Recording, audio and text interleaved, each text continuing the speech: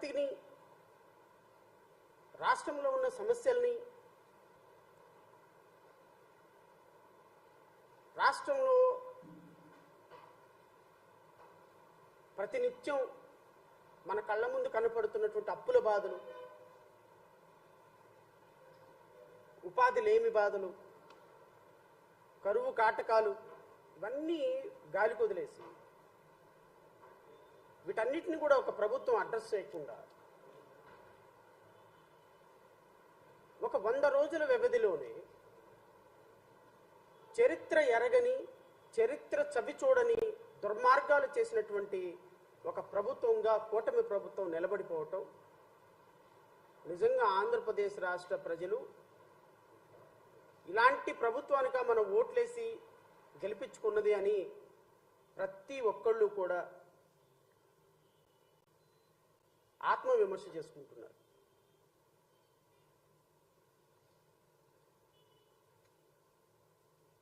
వంద రోజుల వ్యవధిలో ఒక రాష్ట్ర ప్రభుత్వం 164 సీట్లతోటి గెలిచినటువంటి 3 ప్రభుత్వాల కలయిక ఇన్ని దుర్మార్గాలు చేస్తుందా? ఇన్ని అబద్ధాలు ఆడుతుందా?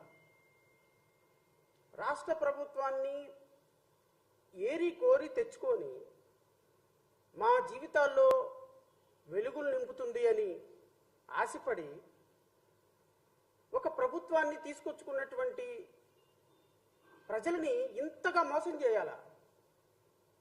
ఇంతగా అన్యాయం చేయాలా? ఇంతగా వాళ్ళ సెంటిమెంట్ల మీద దెబ్బ కొట్టాలా? రాజకీయాలు చేసుకోవటానికి చాలా అంశాలు ఉన్నాయండి. చాలా అంశాలు ఉన్నాయి రాజకీయాలు చేసుకోవటానికి.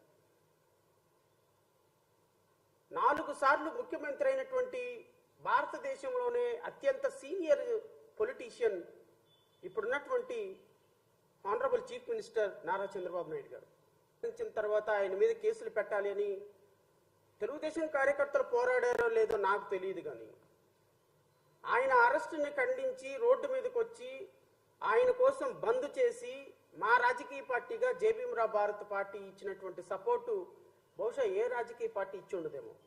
ఒక వ్యక్తిగత హోదాలో పార్టీ అధ్యక్షుడిని అయి ఉండి నేను ఇంకొక పార్టీ అధ్యక్షుడు నిజంగా అరెస్ట్ కాబట్టి ఆయన జైల్లో ఉంటే ఆయన కోసం ఫైట్ చేసినటువంటి వ్యక్తుల్లో నేను కూడా ఒకడు.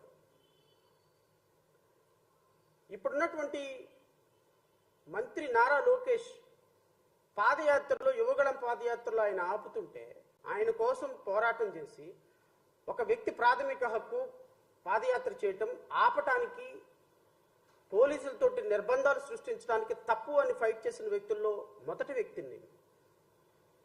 పవన్ కళ్యాణ్ లాంటి వ్యక్తిని విశాఖపట్నంలో ఆపితే విశాఖపట్నంలో ఆయన్ని విశాఖపట్నం నుంచి వెళ్ళిపోమని నోటీసులు ఇస్తే అసలు ఒక వ్యక్తిని వెళ్ళటానికి పోలీసులు ఎవరు చెప్పడానికని పోలీస్ వ్యవస్థని తూర్పార పట్టినటువంటి వ్యక్తుల్లో పార్టీల్లో మా పార్టీ ప్రభుత్వం నిరంతరం ప్రజల కోసం, నిరంతరం ప్రజా సమస్యల మీద పోరాటం చేసాము. కానీ ఇంత దుర్మార్గమైనటువంటి ప్రభుత్వాన్ని, ఇంత దుర్మార్గకరమైనటువంటి ఆలోచనలు ఉన్నటువంటి ప్రభుత్వాన్ని నేను ఎప్పటి వరకు చూడలేదు, బహుశా చూస్తారని కూడా నేను అనుకోవటం లేదు.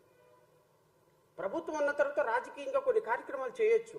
గత ప్రభుత్వంలో కూడా మాజీ ముఖ్యమంత్రి జగన్మోహన్ రెడ్డి గారు చాలా అప్రజాస్వామిక చర్యలు చేశారు అని మేము భావించాము.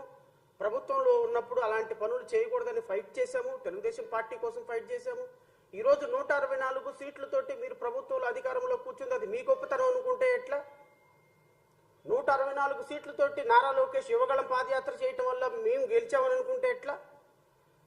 పవన్ కళ్యాణ్ ఏదో నెలకు ఒకసారి వచ్చి ఇక్కడ ఉడత ఊపులు ఊపేసి వెళ్ళిపోతే ఇక్కడ గెలిచిపోయామనుకుంటే ఎట్లా?